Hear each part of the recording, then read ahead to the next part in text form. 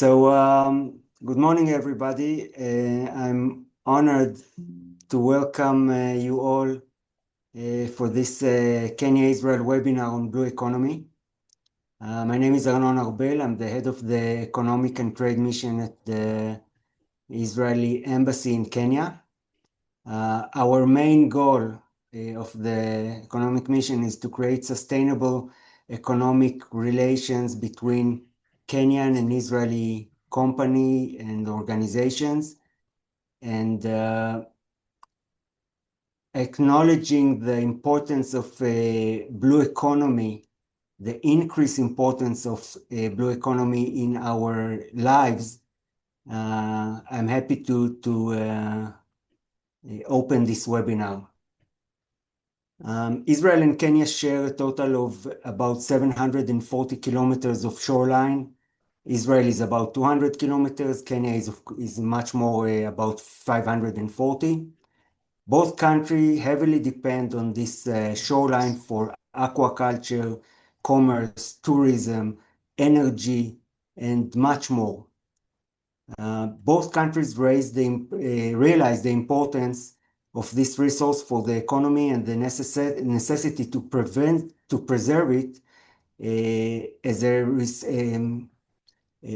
a resource that is very valuable and is very important for the economy of both countries.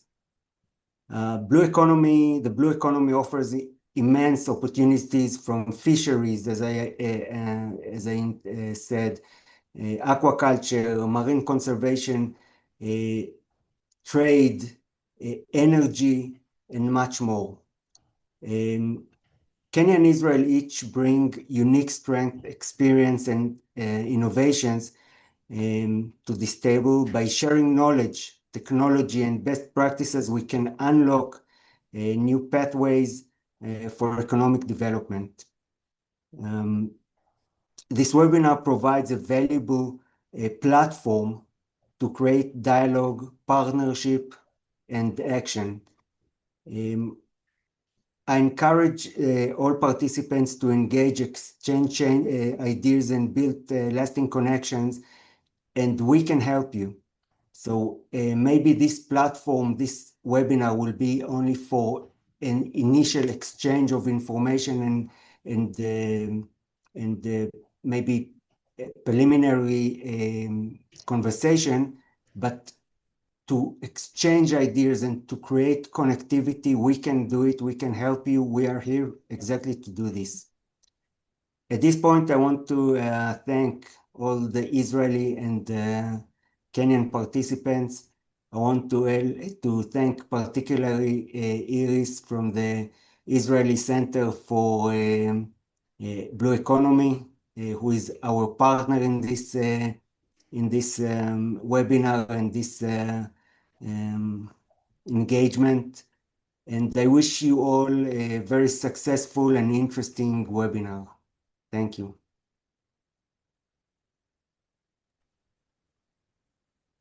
Thanks a lot, Arnon. And thank you very much, Arnon, for the opening remarks. Sorry, you can go ahead, Iris. Yes, I thought I'd take it from there. So thank you all for joining, and thanks to the Israeli Embassy in Kenya for this initiative. At the Israeli National Center for Blue Economy, we invest in blue tech companies, but we also support the companies in different ways, such as international connections. And a real good example of that is helping to enter for foreign markets, and so an example of that is the Kenyan market. So we're happy to have this webinar. I'll very briefly explain what we do at the Israeli National Center for Blue Economy. So our aim is to support the Israeli blue tech, at least the blue economy. We're based in Haifa, and we're supported by the municipality. But apart from investing in startups and supporting in different ways through fundraising and initiatives such as this, we also work with the entire ecosystem that supports the blue economy. So that is academia, investors, industry, governments, and startups, and building bridges between them. And also we work on global partnerships to support our startups and the blue economy in general. I'll give the floor to our Kenyan experts very shortly. And before that, I wanted to tell you that it's currently possible. We're currently investing in companies. So surely I'll put the link to more information about that. So if you're a blue tech company and you think that's interesting, then you can have a look. Thank you, and I'm looking forward to today. You'll see me a little bit further ahead after every session because I'll be moderating the sessions. Thank you. Thank you, Iris and Anon, for the opening remarks and setting the pace for this webinar. At this juncture, I'd like to invite His Excellency Ambassador Albert Kiprop Kendago, who is the ambassador of Kenya to Israel. So he's our counterpart based in Israel. So he'd like to share a few remarks.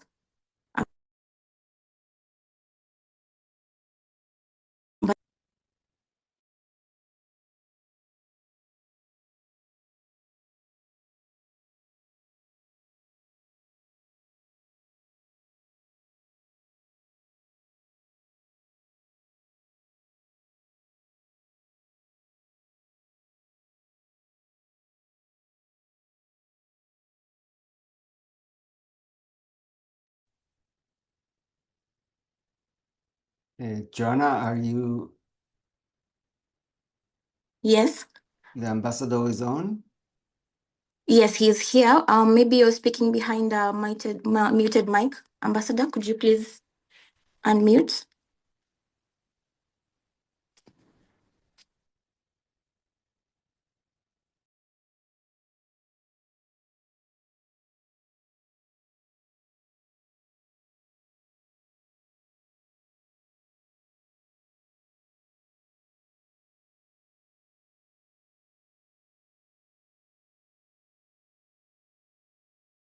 Victor, are you online?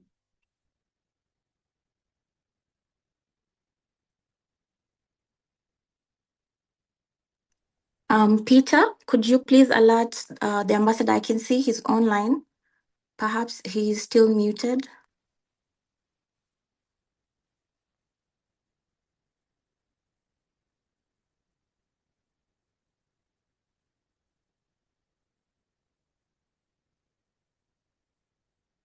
So, Joanna, maybe we can move to the next speaker, and when His Excellency Sure, maybe he's solve this experiencing technical some issue. technical issues. Yeah. Yeah. No problem. So we can invite the next speaker as the ambassador gets ready. So we can let Dr. Jeff Adon speak. He's the Africa Oceans Director for the Nature Conservancy. So he's going to share a few insights on the marine and ocean resources in terms of the sector trends and innovation gaps. So Dr. Jeff, the floor is yours. You can share your screen. In case of any challenges, please let us know. But I believe Iris has given you the rights to share your screen. Okay, good morning, everyone, and greetings from Mombasa, Kenya. I'll give my sending the request to change the share, and once that comes through, I will share my screen with you. So who's ever sharing the agenda, if they could stop, that's right. Thank you. Yes, you should be all set now. Thank you. Right. We should have this, and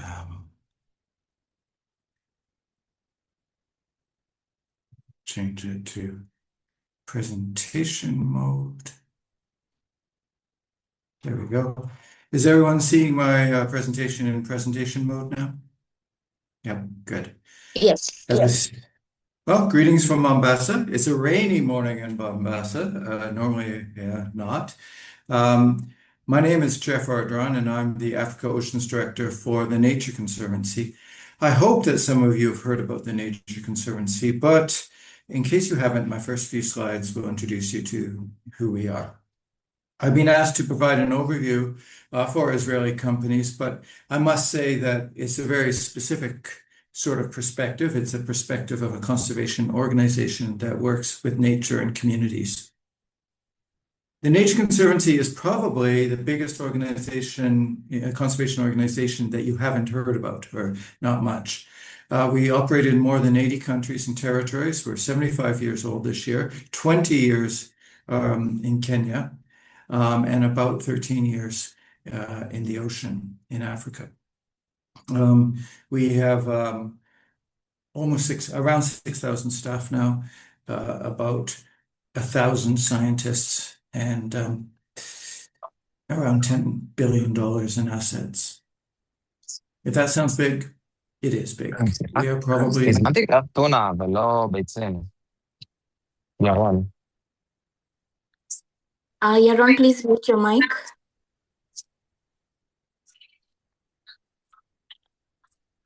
So TNC has been involved in blue finance for quite some time. We set the standard on several different instruments used in the financial sector. I'll just skip over this slide. We're probably best known for our debt for nature conversions or swaps.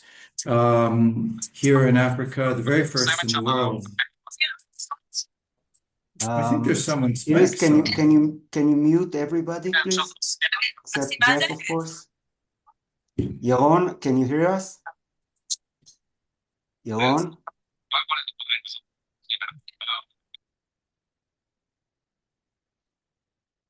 So the very first debt for nature conversion in the world for the ocean, and the first blue bond, was done in Seychelles, here in the Western Indian Ocean, and it was shepherded through by the Nature Conservancy. We in Africa now have a debt for nature conversion in Gabon that's worth about $500 million, 500 million, as well as ones in Belize and Bahamas for the ocean, and Ecuador on land.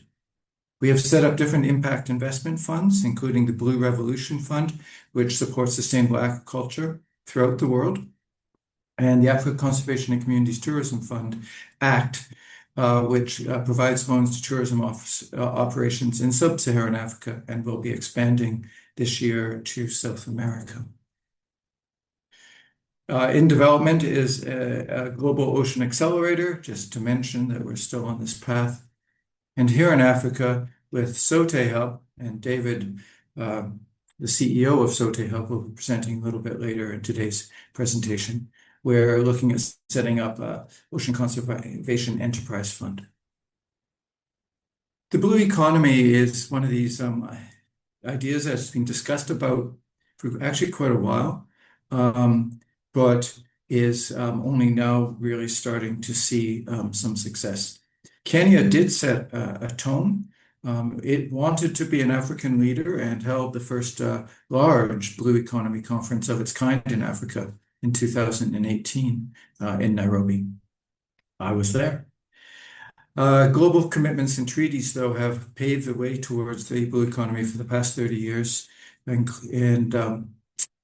which has sort of led to where we are today. Kenya just released its blue economy strategy this year. There's going to be a fund set up to fund the blue economy. And Kenya's National Marine Spatial Plan, the first draft is already under review and will be announced in June at the Our Oceans Conference in Mombasa. I'm pleased to say that TNC was the lead technical advisor for the Marine Spatial Plan, and we've been working behind the scenes with the government of Kenya to ensure a robust spatial plan. There was also funding from the World Bank and contractors involved as well, and several other partners. But TNC led in the technical advice, particularly in the offshore region. All right, this is really the only slide I needed to show you. I just wanted to give you a little bit of background. There are many opportunities in Kenya and Western Indian Ocean more generally. This is a little bit, I would have to just say, my opinion about where some of the opportunities may lie. With regard to sustainable fisheries, the Nature Conservancy has been pioneering the use of electronic monitoring, which is essentially setting up cameras on decks of larger vessels and then being able to see what's happening. This allows for the better management of fisheries, reduces illegal activities, and allows for us to get accurate counts of what's coming on board the target fisheries and non-target fisheries. It's part of an increased maritime domain awareness, or in this case, through the fishing vessels. This is something that we're right now using Starlink, the Elon Musk service, to in real time be sending the data compressed up to satellites back to the monitoring agencies in Kenya. And we also have a service we use in North America to analyze the video. This is a huge opportunity for AI. We're still looking into the AI options of being able to basically have AI filter through this fire hose of data coming from all this information on deck vessels, and then to sort through what looks like a normal procedure versus an abnormal procedure. Some things are pretty easy to spot, like a ship comes on side and you're what's called transshipment of fish. Usually that's illegal or has to be reported in a certain way, so that's easy to identify. But even the bycatch of things like sharks, we didn't even realize in the tuna and tuna-like species fisheries how many sharks were being landed until we started putting cameras on some of the vessels. Kenya will be making an electronic monitoring commitment at the Our Ocean Conference in June. I don't want to steal its thunder, but it's a strong commitment to continue electronic monitoring its fisheries. And we are there behind the scenes supporting them. There is also some aquaculture activity, as you might be aware of in Kenya, seaweed, one oyster farm, I think maybe two, seaweed farms and mud crab. We are trialing some mud crab up in Lamu County. There's a lot of issues around aquaculture right now, and I think Israeli expertise in aquaculture could be really well placed.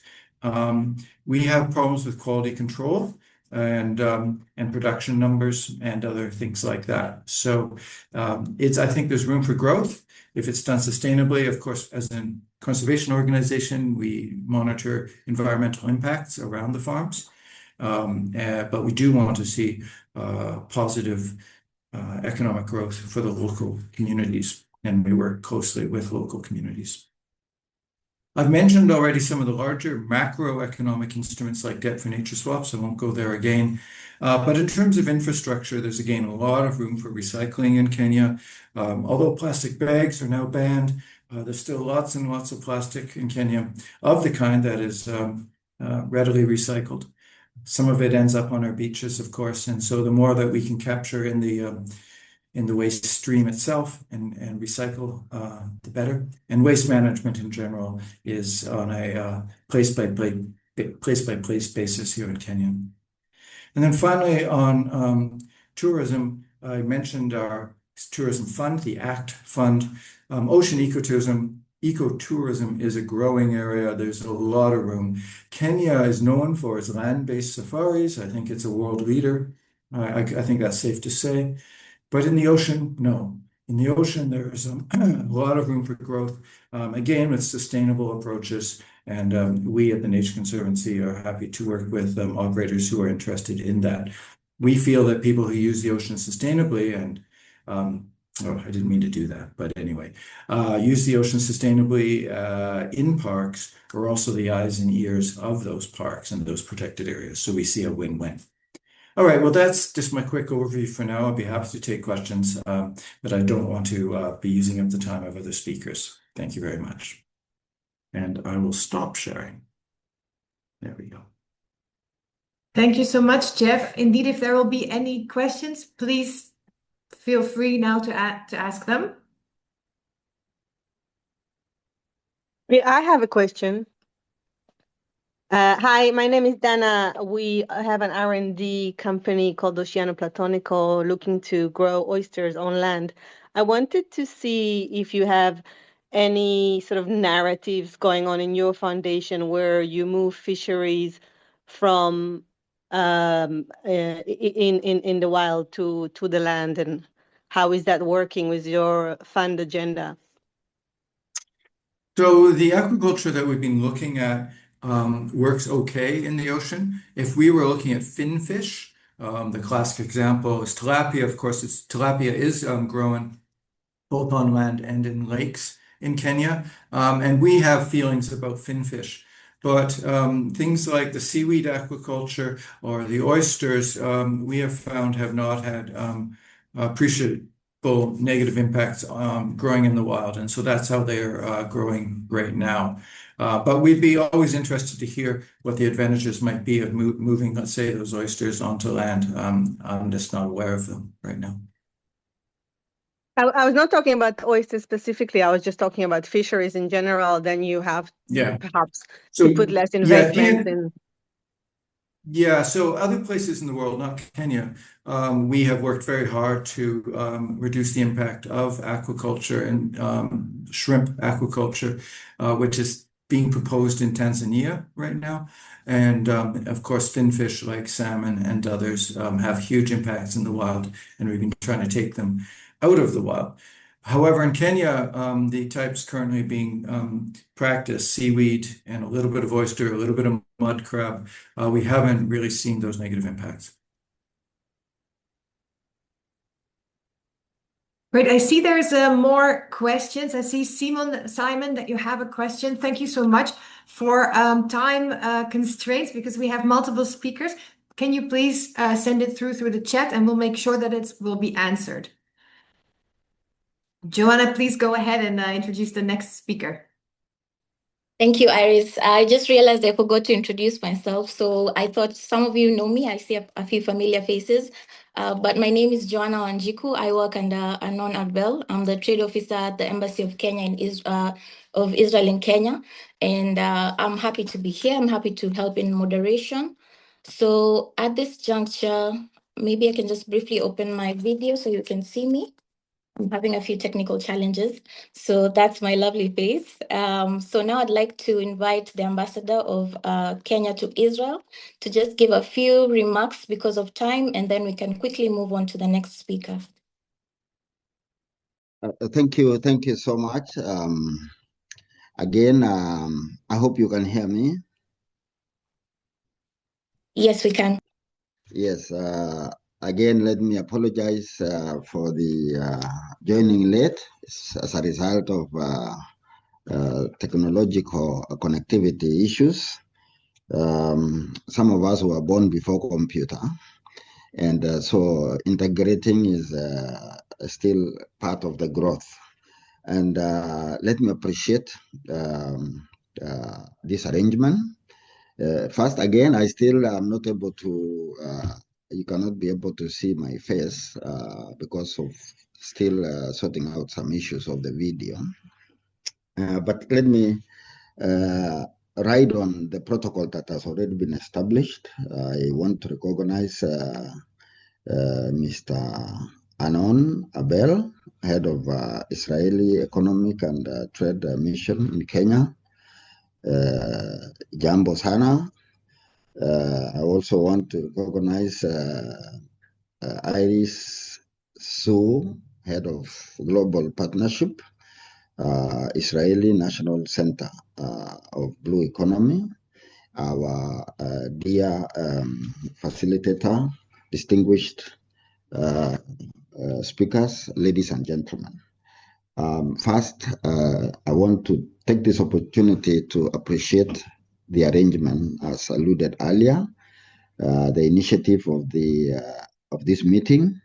I wish to appreciate the Israeli Embassy and the Israeli Economic and Trade Mission to Kenya partners for convening this opportunity through the webinar in order to enhance Kenya's blue economy. We take note of very strong historical relationship between Kenya and Israel in all aspects of the spectrum. Economic, defense, blue economy, environment, as well as renewable energy, and all those aspects that are related to welfare of humanity. And we recognize the leading role Israel has done in terms of managing the environment. A key example here is about the desertification effort, and of course, the renewable energy. And again, as taking into consideration the time constraint, let me move fast. and say that Kenya is invested a lot in terms of blue economy to the future.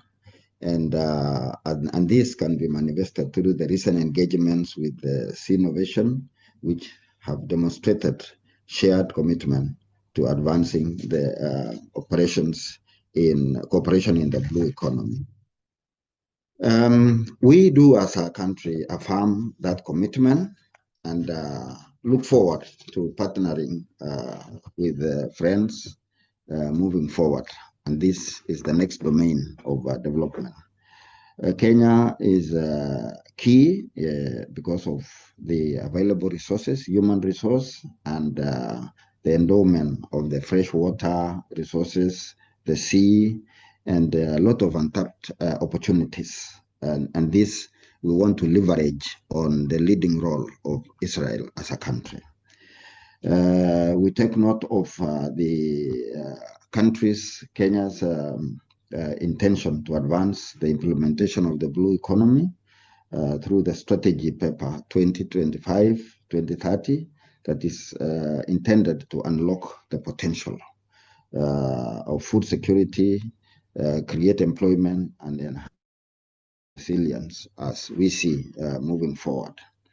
We do emphasize other exploration of other sources of food security, moving away from the traditional food security. We want to move to aquaculture, fisheries, marine, biotechnology, and all matters related to the sea and the commons. We know Israel has goodwill and sufficient companies and organizations that can support us to advance these ventures. And therefore, in that regard, we wish to make a commitment that Kenya is in it for the long haul.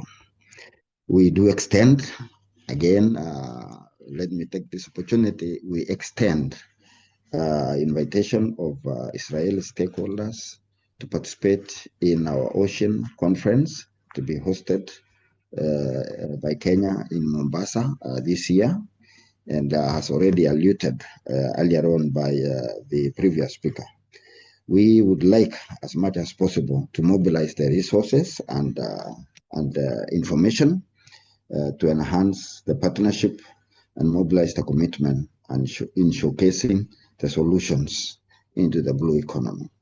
Finally, again, I also wish to continue reiterating the commitment of Kenya in that regard.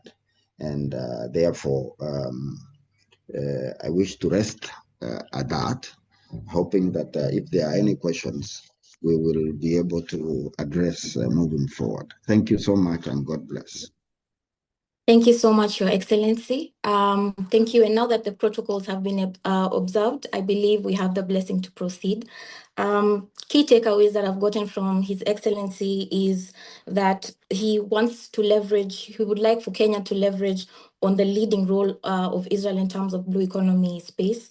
You've mentioned a few opportunities in the renewable energy space, in aquaculture and fisheries, and also in biotechnology. And lastly, Your Excellency has invited the Israeli companies to participate in the 11th Ocean Conference.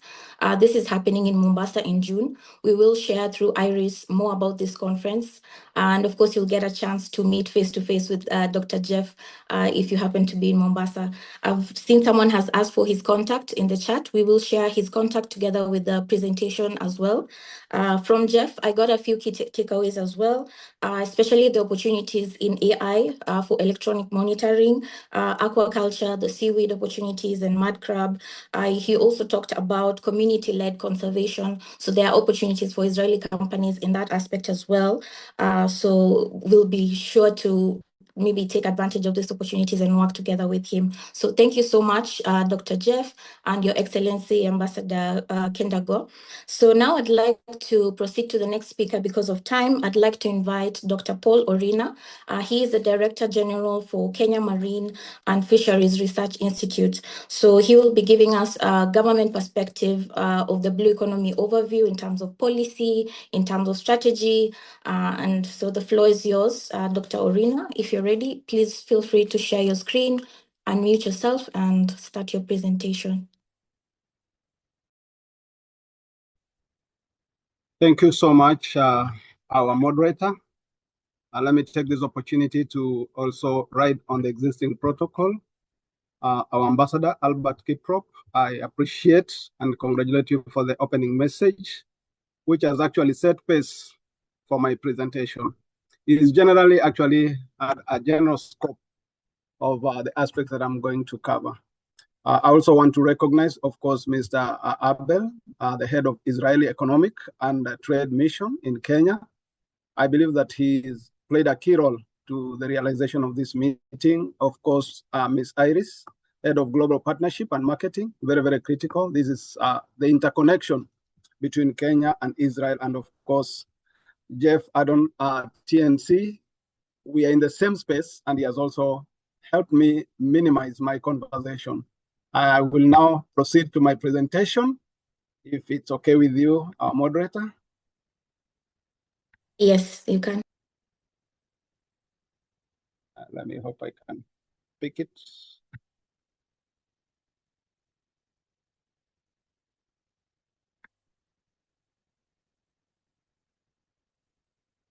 Is it visible? Yes, we can see it. Thank you so much. Welcome to my presentation. As indicated, my name is Dr. Paul Orina, the Director General of Kenya Marine and Fisheries Research Institute, a premier research organization on matters aquatic ecosystem. We are originally an East African, we originate from East African organization. And so after the disintegration of the East African community, Kenya remained with Kenya Marine and Fisheries Research Institute, which is the equivalent of TAFIRI and NAFIRI in Uganda. Those were the three East African states. Now, my topic is on Kenya Blue Economy Overview, policy, strategy, research, and government priorities. I hope this will help us see the interconnection between Kenya and Israel as a country. The aspect that I'll begin by looking at is the aspect of, let me just have this clear. Okay, thank you. Farming the blue economy. That's my beginning point. Sustainable use of ocean and inland waters for economic growth, livelihood, and ecosystem health. From this space, looking at our marine ecosystem at the coast, the Indian Ocean, we've been told about our the number of kilometers we are covering as our coastline, looking at our EEZ, and getting into inland, the freshwater lakes that we have in the Rift Valley, and also the second largest lake that we have, freshwater lake, that is Lake Victoria, which is shared again among three East African countries, looking at the mangroves, looking at the trade, looking at the research aspects, looking at aquaculture and freshwater aquaculture and mariculture, looking at conservation from the perspective of mangroves, and also growing of seaweed, which has already been talked about. We are looking at about 2 million livelihoods being taken care of along the value chains. We're talking about the fisher folk, the farmers, the processors, the traders, as well as boat builders and systems maintenance. Now, this last aspect of systems maintenance is a critical one, and is a big gap that we have in this country in terms of the skill and knowledge.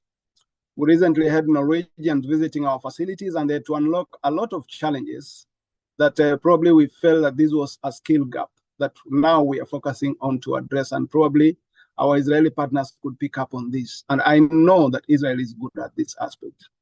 The other aspect is looking at our strategic position as a country, looking at our coastline, the 640 kilometers from Kiunga to Vanga, that is from Somali to the border of Tanzania. Very interesting, and the upwelling that takes place along those fronts, depending on the wind currents and the currents in the waters. and which are the most productive areas. You find the borders of Somalia being very productive because of the upwelling. You go down to Vanga equally. And these are strategic areas that are going to inform through our marine spatial planning, which I'm going to talk about shortly. Looking at our EZ of 230 kilometers square, it's also very, very critical. The extended shelf claim, which is about 103 kilometers square, very critical for exploitation. These are very, very important aspects that we need to put into consideration in terms of the opportunities that exist in our blue space. The total ocean space, 250 kilometers square, is about a half of Kenya's territorial area. And that means the Kenyan land and the space in the marine space. The marine space is an opportunity for exploitation.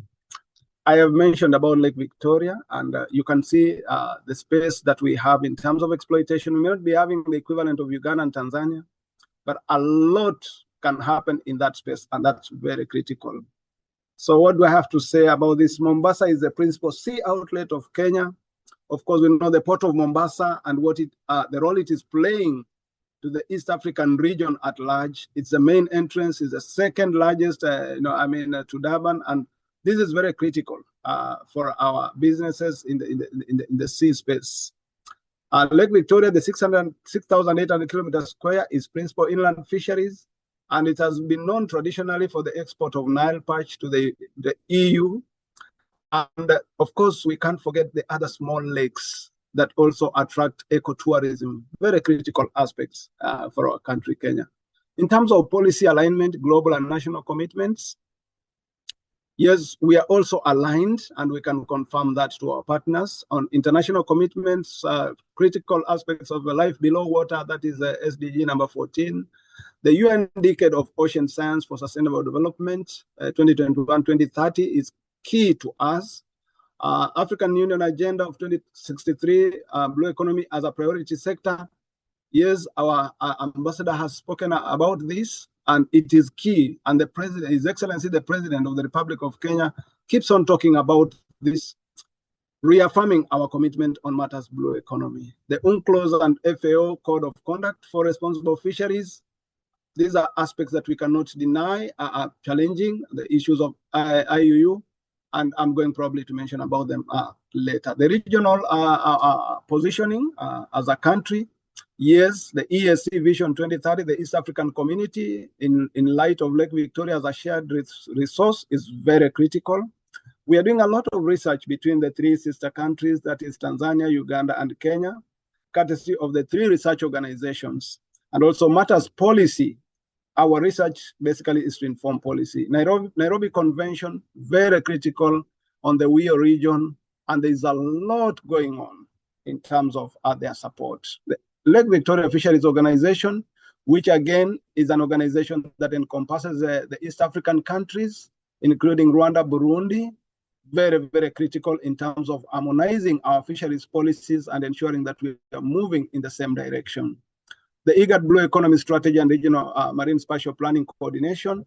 I cannot re-emphasize this because the previous speakers have already spoken about it from TNC and our ambassador. At the national level, we have our policies that we anchor ourselves on. The bottom-up economic transformation agenda, which is very, very critical, the Kenya Vision 2030, looking at the population of Kenya, their needs in terms of food security, their needs in terms of health, their transport, and all these aspects are very, very key to us. Agriculture, how does it contribute, which is the broader perspective of all aspects that we are discussing about. Fisheries Management and Development Act 2016, we anchor ourselves there in terms of our regulations and policies so that we are able to move forward in tandem with our neighboring countries. The National Marine Spatial Planning, the MSP, has been spoken about, and we are looking forward that this is one of the documents, as it has been indicated earlier by the other presenters, that is coming up during the OOC, that is in June 16 to 18. The National Aquaculture Policy, again, is a key document that is guiding our activities as a country. Economic and social contribution. The blue economy contributes to the GDP growth, trade, and foreign exchange, but it has not hit the optimal, and we believe through partnership and collaboration, we can be able to unleash the potential that exists in the blue economy. The fisheries sector is valued at approximately 37 billion, but that again, I will say, we have not exploited our marine ecosystem fully. And as I'm going to discuss about the rare minerals and the gases, the wind energy, and all that, we've not been able to exploit that and quantify it. Probably it's a much bigger figure than 37 billion. Of course, the blue economy supports over 500 direct jobs and over 2 million indirectly. Those are so many households taken care of. Critical source of affordable protein, of course, this is where we are depending on as a source of food security, just like many other countries, and requires sustainability. Economic sectors, of course, we're talking about fisheries, marine and inland, which I've already spoken about. Aquaculture, which is the fastest growing subsector with strong expansion potential. Aquaculture is filling the gaps in Kenya in terms of capture fisheries. And this is from the cage aquaculture in Lake Victoria. And this is now a multi-million investment, but there's also the environmental aspect that will be very key, that even as we progress, how do we ensure that there is sustainability in terms of that ecosystem? How do we extend issues of mariculture to go to the level of freshwater aquaculture in terms of aquaculture and cage aquaculture perspective? There are creeks and sheltered bays at the Kenyan coast. How would probably this contribute? There are small activities going on, the pens, as our TNC partner had talked about earlier for mud crabs and all that, but how do we commercialize this now to be able to meet the market demand? Seabed resources, I've already talked about that, the energy, the rare earth minerals and all that. These are explorations that have not yet been tapped on, and probably these are our hidden gems, if so to say, at the coastal region, in fusing this with the coastal ecotourism. Very, very critical, and it has been spoken about earlier. These are areas that we can exploit. We have a beautiful coast with very, very humble communities and very welcoming communities. Probably that is a frontier that we could also exploit. Marine transport and logistics. Yes, I talked about our port, and the expansion that is going there is a commitment from His Excellency the President to continue expanding our port and creating more avenues of inlets and outlets so that we can be able to ease the congestion in the ports and ensure that there is economic growth in this country. Very critical aspects for the blue economy. Emerging opportunities. I've talked about this, but probably I can just reemphasize deep sea fisheries is key. We are looking forward to having partners coming in to exploit our fisheries stocks, and probably we have the opportunity in these deliberations to see our partners from Israel also coming over, having the Kenyan flags to exploit the resources, create the processing plants in this country so that we can also have Kenyans get job opportunities and incomes. Mariculture has already been spoken about finfish and seaweed and shellfish, very critical aspects that are also creating a value chain that should be growing. And I'm sure that our conversation with the TNC team will be very critical at some point, because we are working together in the space to ensure that we see commercialization of this. There could be aspects of infections for those who are doing their hatcheries. And I know Israel is very good at this. Probably that's where we'll be tapping on your potential from the aquaculture and mariculture perspective. The technologies that are employed, the marine biotechnology and all other technologies and innovations, are very critical for the growth of the industry. And so these are aspects that probably should be taken into serious consideration. What products are we getting from our seaweed? And how do you ensure that the product is processed locally so that we can expand our job opportunities? As you are aware, Kenya has a very big population of young energy that requires employment. So setting up the industries in Kenya will be a big plus. Strong contribution to the GDP growth and employment potential. I've already spoken so much about this. I'm not going to re-emphasize on this, on aspects of fisheries, tourism, and maritime trade. The fishing and aquaculture production has high potential for job creation. The processing, cold storage.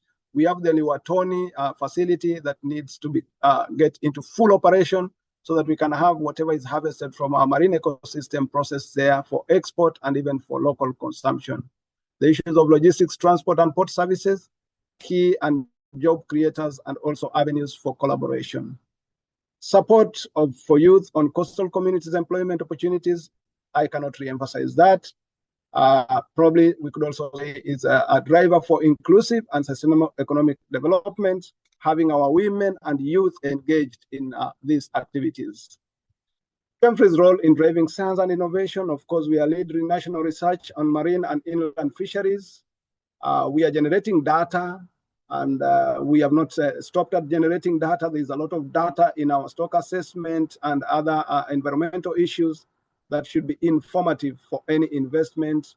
And also we are driving aquaculture innovation and development towards food security, job creation, and incomes. Aquaculture is the fastest growing subsector in the country, and so this could be a window for our partners from Israel in terms of innovation and technology, and also investments. Dr. Rina, apologies. If you could please wrap up. Thank you so much. Linking science to policy, of course, fisheries stocks assessment, regulate the fisheries sector, the aquaculture research and development, the climate and ocean data, ecosystem monitoring. All these aspects, again, I have spoken about them, issues of increasing productivity, regulating our ecosystem, adaptation to resilience, and our marine spatial planning are aspects that are key. As I wind up, the Kenya government priorities are on strengthening sustainable fisheries management, scaling aquaculture, catalyzing investment in blue economy, enhancing climate resilience, and advancing marine spatial planning. The challenges are on IUU. We are all aware about this is a global challenge. The issues of climate change, pollution, especially on plastics, and limited data and financing gaps are areas that are key for our consideration. The impacts in science is evidence-based, aquaculture scale-up, and community-based co-management, and integration of research and national policy. These are the investment opportunities in aquaculture, in research and innovation, marine fisheries, and the blue economy exports. Critical aspects, and that is the future outlook, strengthening science policy integration, positioning Kenya as a regional blue economy hub, scaling sustainable and inclusive blue economy, and unlocking the full potential of the EEZ. Thank you so much. And sorry for taking much of your time. Thank you so much, Dr. Orina. I will ask the participants if there are any questions to please share them in the chat so that we can go on, and we'll make sure they will be answered. If not now, then after. Please, Joanna, go on and introduce the next speaker. Thank you so much, Dr. Orina, for the wonderful insights that you've given us on the Kenya Blue Economy overview in terms of the government priorities.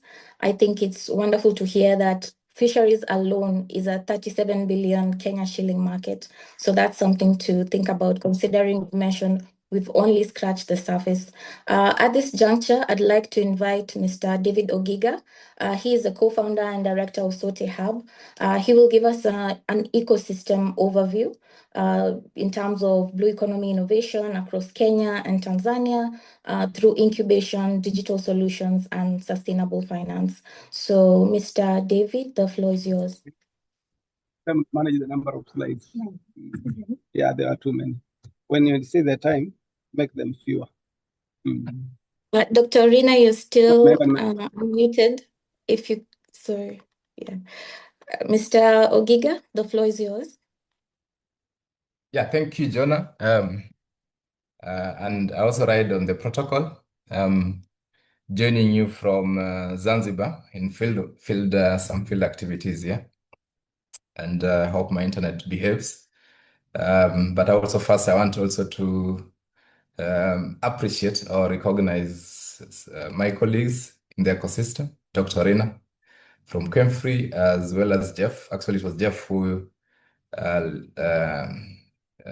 recommended my presentation. So I hope I can be able to take the shortest time possible. Let me try to share it.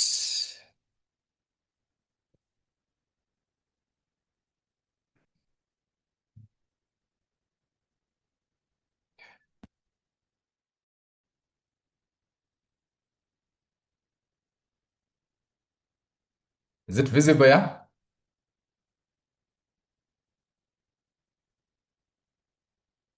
Yes, it is. Yes, it is. All right.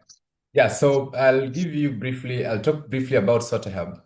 We are I am the co-founder, and Sote Hub is one of the few blue incubation hubs. So I would say in Africa.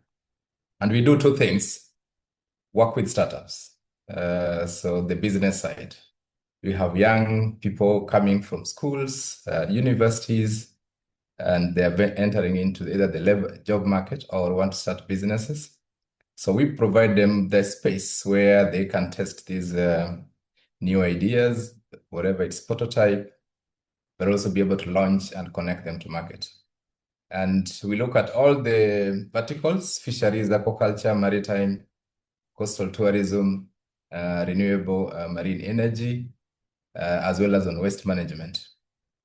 And the other it's not moving.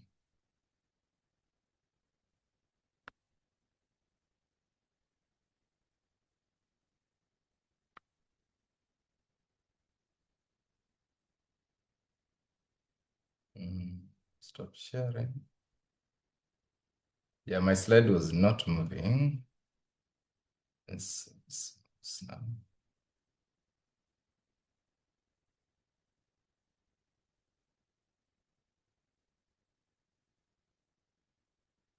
Jonah, you want to share it from your side? I'm unable to from my side. Maybe you could let me see if I can send it to Iris. Iris, can you check your email?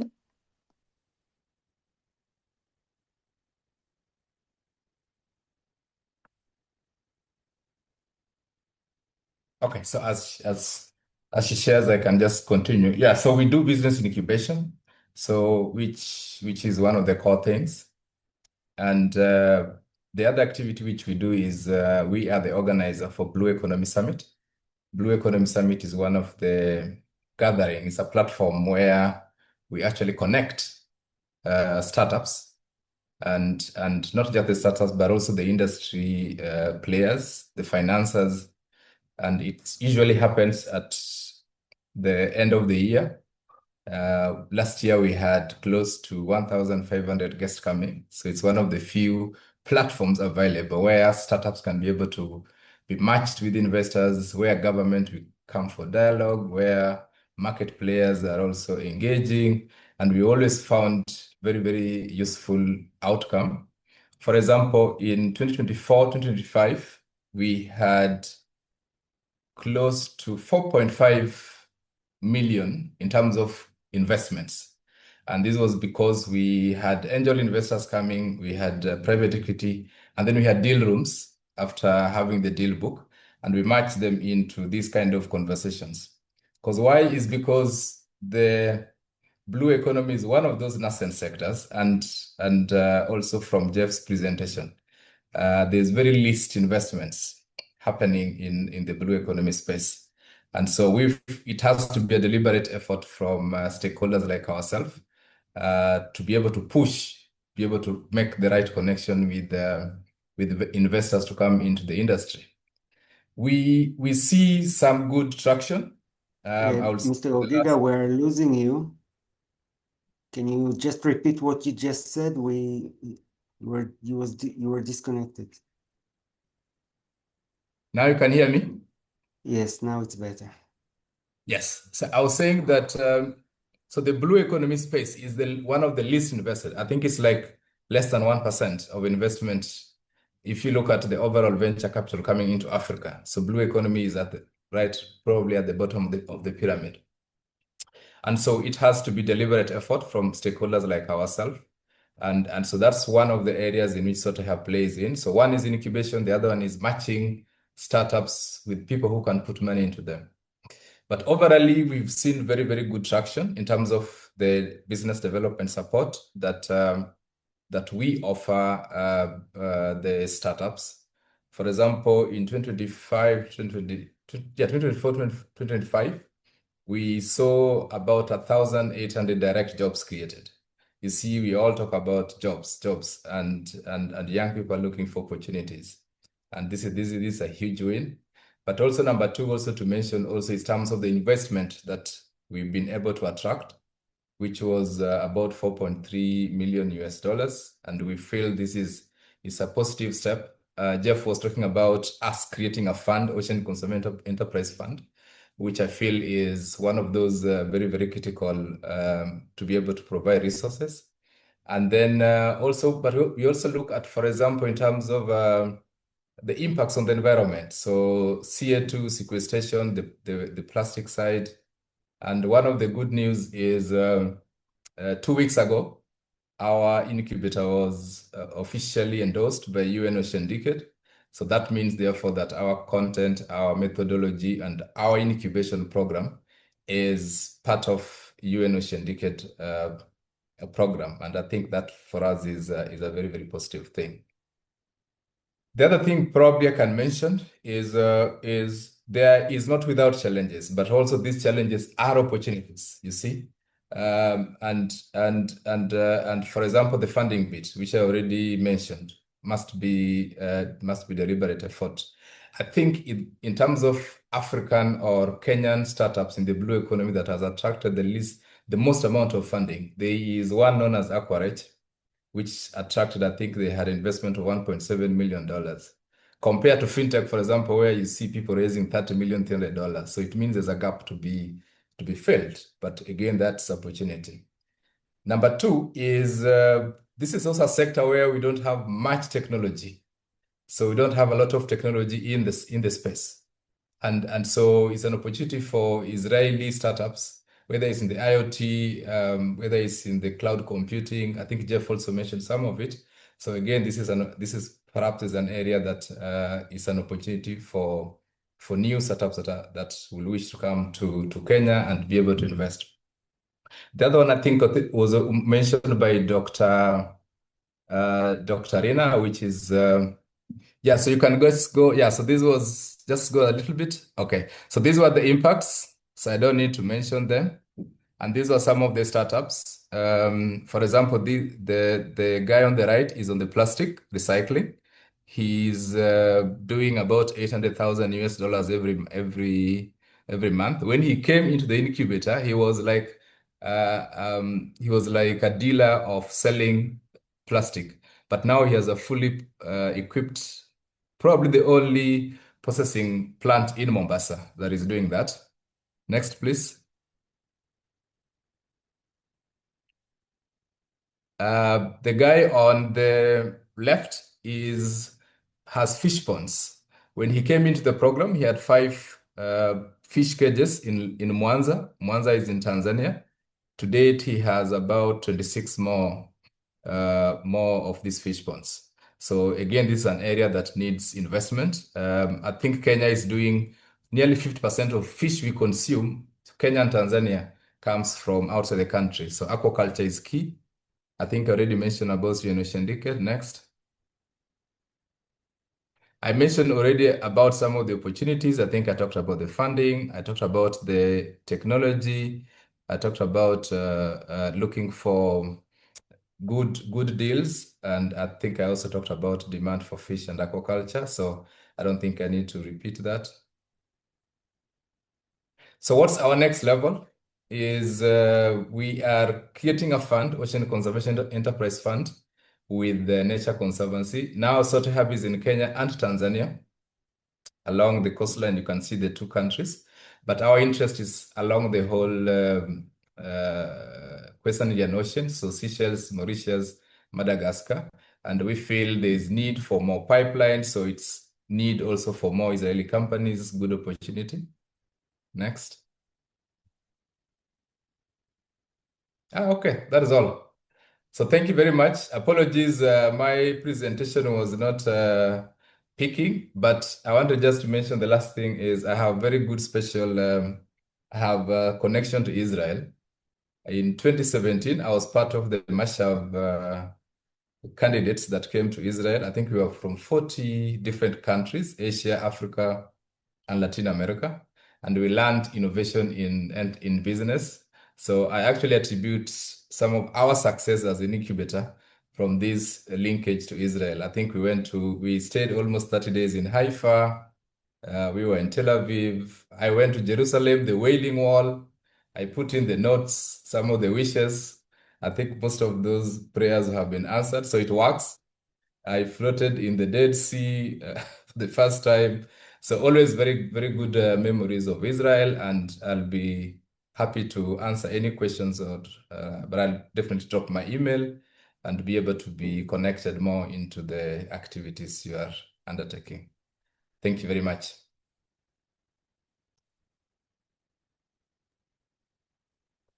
Thank you so much, Mr. Ogig. Are there any questions from the audience?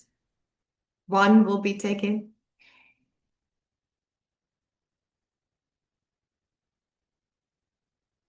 So I'll pass it on to you, Joanna. Okay, thank you. I think I can speak on behalf of the embassy staff. We are proud to have you as an alumni of the Marshall Program. Also, thank you for highlighting the opportunities in technology, as mentioned also earlier, and we look forward to leveraging those opportunities. Congratulations on your endorsement by UN Ocean. I'm sure the companies have taken note that you are a solid partner to work with. You have the capabilities and you have the approvals. So as you mentioned, it takes deliberate effort, and we look forward to seeing what opportunities and partnerships can come out of this. So at this point, I'd like to invite our next speaker, Miss Michelle from the Kenya Fisheries Service. Michelle, the floor is yours. Okay. I hope you can hear me. Jana, can you hear me? Yes, I can. Okay. My name is Michelle Wandera. I am a fisheries officer working with the Kenya Fisheries Service. I'm here to represent the service. With all protocols observed, I'd like to proceed with my presentation. Thank you.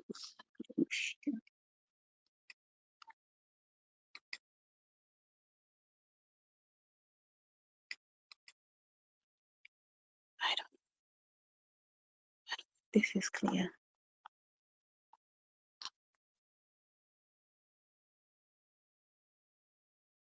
I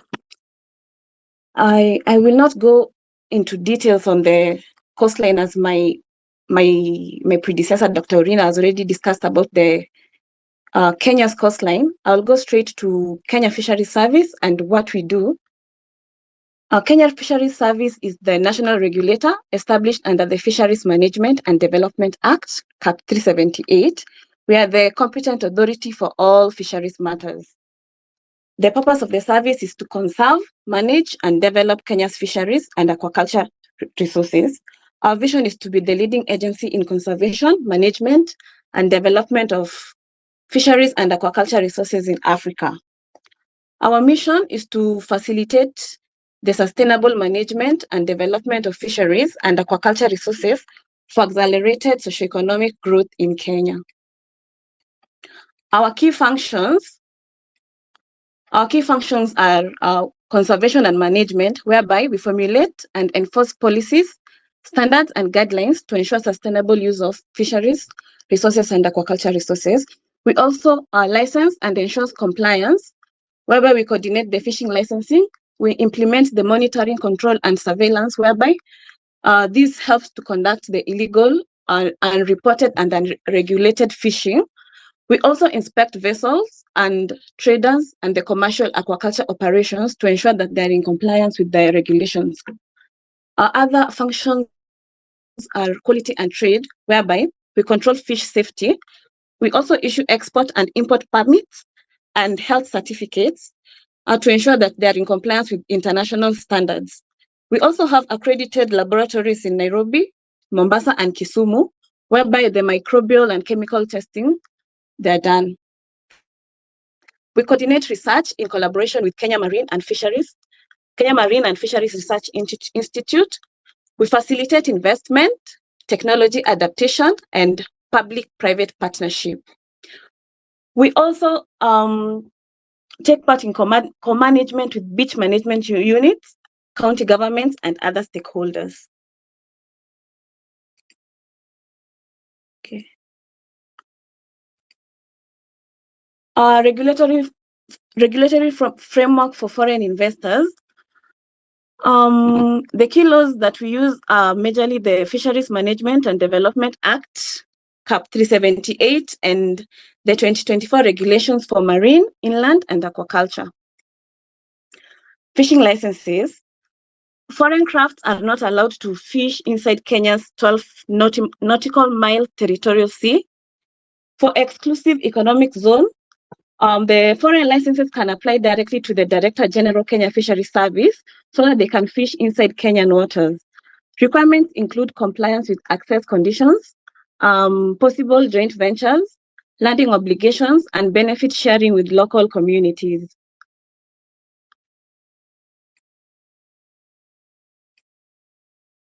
For due diligence, Kenya Fisheries Service does a background check with the vessels to ensure that to check on their IUU history. We do vessel inspections for sanitary and phytosanitary, and also to ensure that the vessels are Kenya Maritime Authority seaworthiness. For fees, longliners are required to pay 30,000 USD per year, Pasainers pay 50,000 USD, and supporting fishing vessels pay 5,000 USD per year. The foreign crafts are required to report, use authorized landing spaces, and comply with international measures. Aquaculture licensing. For commercial aquaculture, we do inspections and ensure that the commercial aquaculture establishments, they require the environmental impact assessments, and they adhere to the quality and safety standards and the Kenya fisheries approvals. And for them to get the licenses, they have to apply to the Director General Kenya Fisheries Service. We also ensure that we maintain and register movement of live fish and the disease control. For trading and processing, for trading and processing, we ensure that the traders have a fish traders license. This can be obtained through the County Director of Fisheries. A certificate of compliance, we issue the certificate of compliance through after conducting a manual standard of operating procedures. And also we ensure that the establishment is compliant with the Kenya standards of fishing handling and processing. We also issue the export permits for processing license, COC, and fish health certificates. Major opportunities for investment include aquaculture expansion, whereby you can invest in cages, recirculating aquaculture systems, water treatment, biofloc, hatchery technologies, aquaculture sensors, and farm management software. For sustainable aquaculture fisheries and deep fishing, you can invest in the VMS, which is the vessel monitoring system that ensures tracking to monitor fishing vessels at the sea.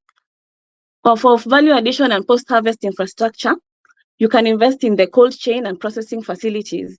Maritime skills shortage, you can invest in the maritime training simulators, and also the standard of training certificate and watch keeping, which is the STCW platforms, which is an international convention of seafarers to ensure that crews are properly trained and qualified.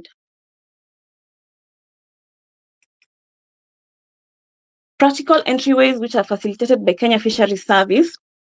Establish a local presence through company registration and available investment facilitation mechanism. Ensure licensing efficiently through the Kenya Fisheries online approval and payment systems. Pursue strategic partnership with local institutions, counties, research bodies, and private operators. Advance technology transfer and capacity building by leveraging the existing Israel-Kenya collaboration platform. And also engage via the Israel Embassy in Kenya. Okay.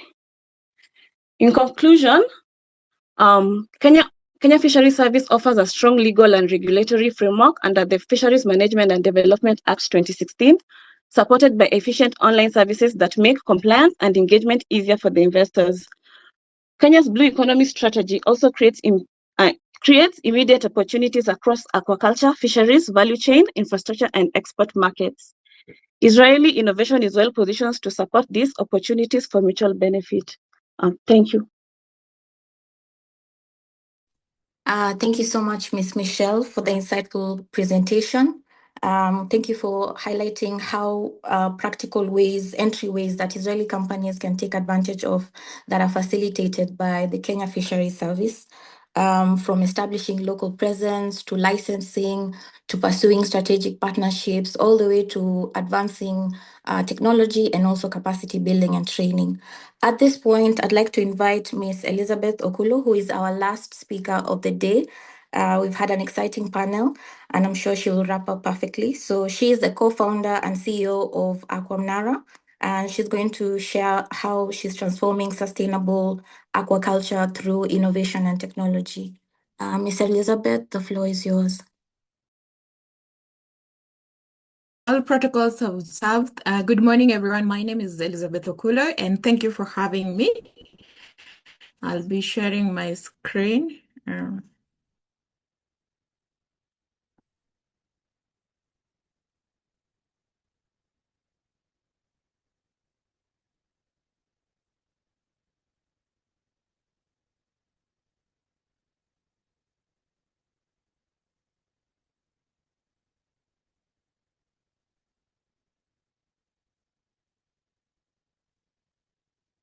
Once again, good morning, everyone. My name is Elizabeth Okulo. I'm the co-founder of Aquamnara, a company that is operating in Kenya's blue economy, specifically around Lake Victoria Basin. And today I'm not here as analyst or a policy advisor. I'm here as someone who builds in this particular sector every day and who has sat with fishing communities and built a technology platform from scratch, while also working with the key stakeholders in the sector. To get started, I want to start by telling you why you should listen to me today. I don't mean this arrogantly. So I grew up on the shores of Lake Victoria, and my grandmother is actually a fish trader. And I know this ecosystem from inside a fishing community, and that is where I come from. And what I've built so far, that is reflects all this. My experience is reflected through what I'm building through Aquamnara. So Aquamnara is a data-driven aquaculture platform that is serving smallholder farmers. Grounded in Lake Victoria, it particularly came from the problems that I've watched my own community face. Specifically have over 10 years of experience navigating sectors through such as aquaculture sector, working with smallholder networks, and also working across food systems. So what does this give you? An honest account. I'll tell you what is working, what is failing, and where external technology and capital can actually make a difference from lived experience.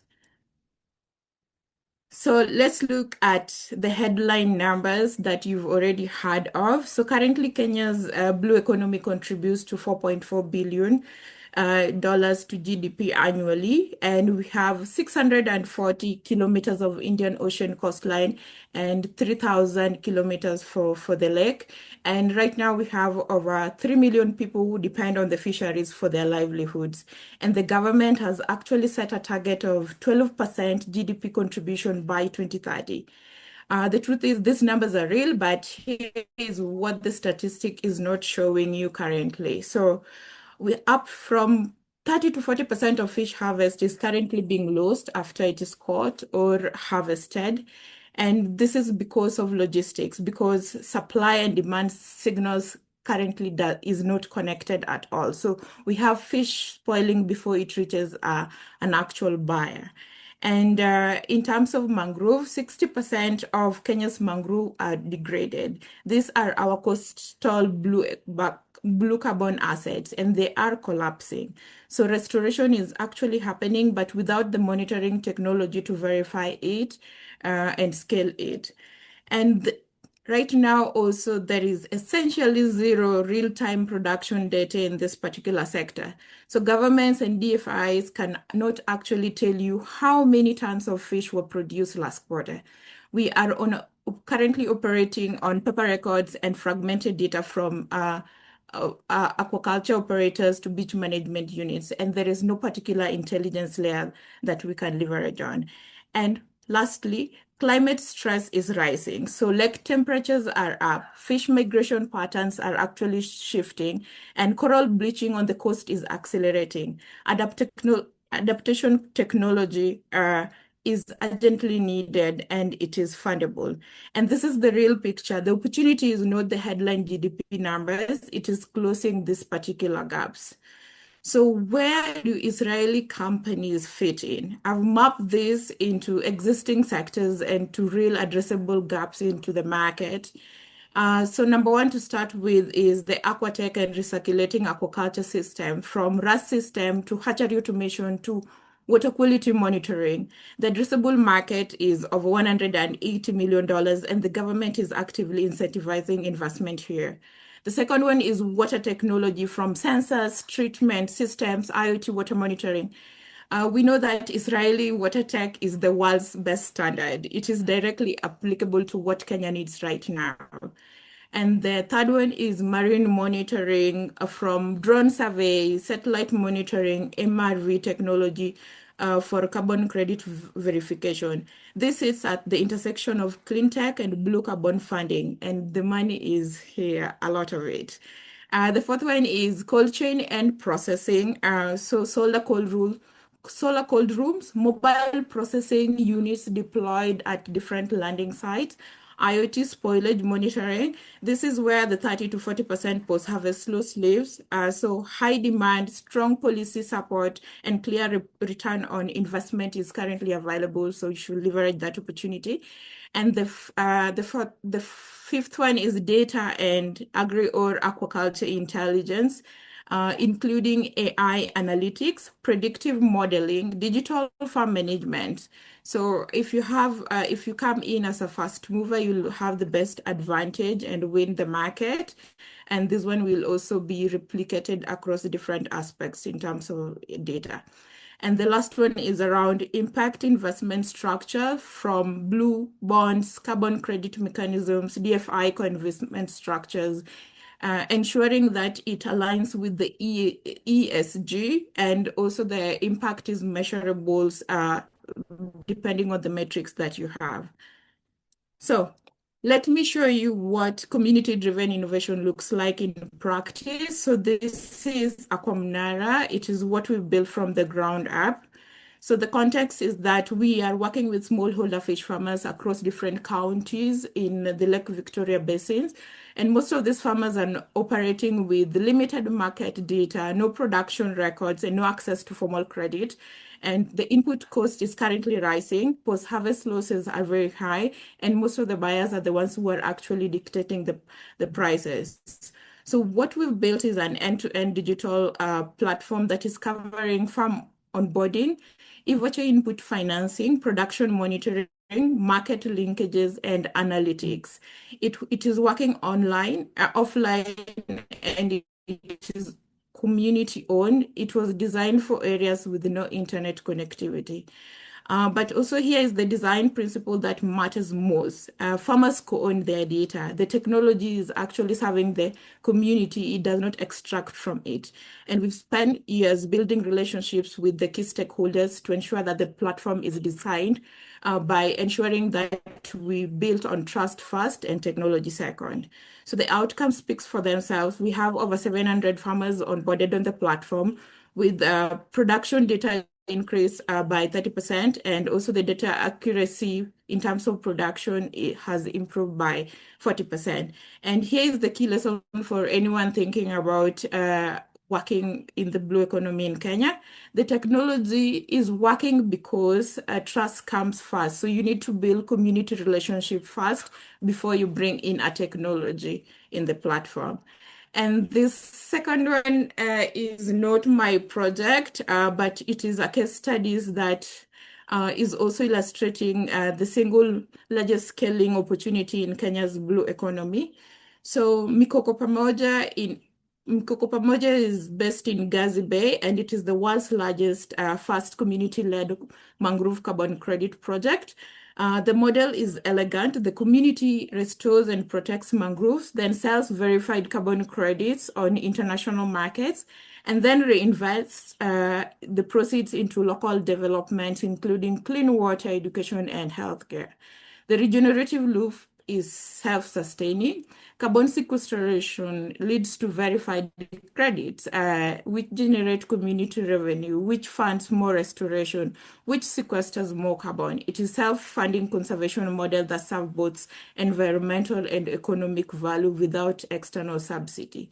So the numbers are powerful: over 3,000 tons of CO2 offset per year. Mangrove stores 5 times more carbon than terrestrial forests. The estimated coastal ecosystem value is at $1.5 billion.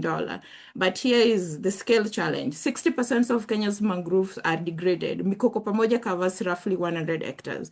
It is actually a proof of concept. So scaling to thousands of hectares of coastline requires monitoring technology that can verify restoration remotely at low cost and with rigorous MRV standards.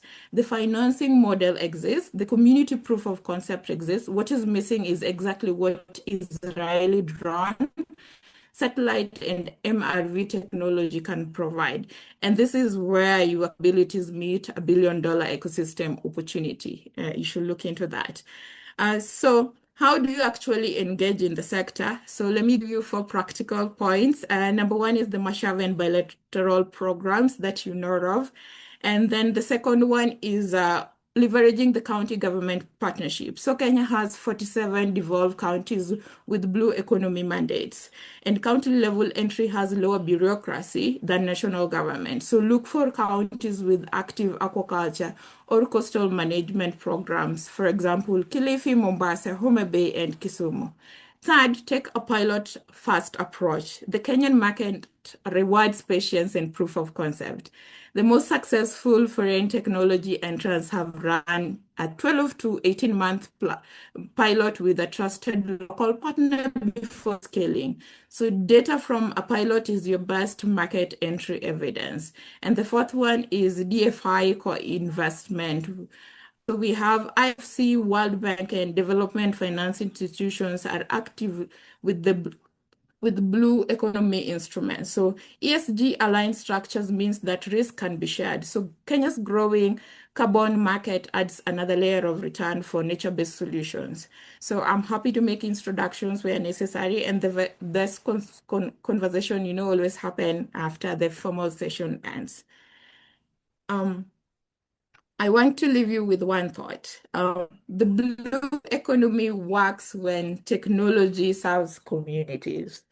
Kenya's blue economy is not a development story waiting to be rescued. It is a productive, community-powered sector that needs better tools, not different values.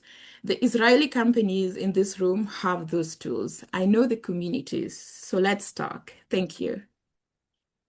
Thank you so much, Elizabeth. Just as I guessed, you'd wrap it up perfectly and summarize everything in a wonderful way. My key takeaways, as you said, the best conversations are going to happen after this session, and I'm looking forward to those happening. You've narrowed down the subsectors and related sectors that we can focus on for partnerships, i.e. the water technology sector, monitoring. You've mentioned there's a lot of fragmented data in the blue economy space, zero real-time production data. You've also mentioned about cold chain processing and impact investment. I like that you've also highlighted practical entry points for Israeli companies, specifically through our Mashav bilateral program. Also highlighting that we should focus maybe on the county level partnerships with counties like Kilifi, and that you've mentioned Mombasa. I'd like to remind the companies again, we have the 11th Ocean Conference happening in June in Mombasa County. So this is a wonderful chance for you to be on the ground and explore these partnerships. You've also mentioned the importance of having a pilot first approach. And then lastly, you also mentioned about blended financing.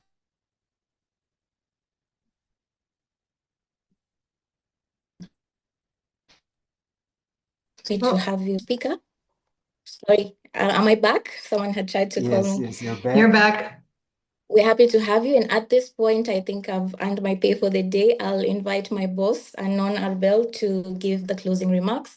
But before that, thank you so much, Iris. It was a pleasure working with you and co-organizing this webinar, and also a pleasure to the Israeli companies.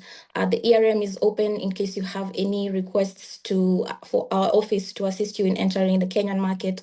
Feel free to submit an ERM request. We'll share that link as well through Iris. So Anon, the floor is yours to conclude. Thank you.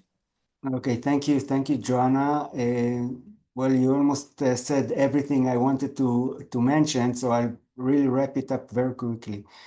I just want to say a lot of interest was shown, a lot of segments were brought up, a lot of interest from both sides of Israel and Kenya, and we are here to continue this dialogue. We are here to do these, to move on from ideas into actions. And I urge everybody to contact us. We have a lot of activities planned for this year in the blue economy sector. Please contact us. I want to echo Joanna's words and thank you, Iris. It was a pleasure working with you, and we're going to continue working from now on very strong. And I want to thank all the Israeli and Kenyan participants and speakers. Thank you very much.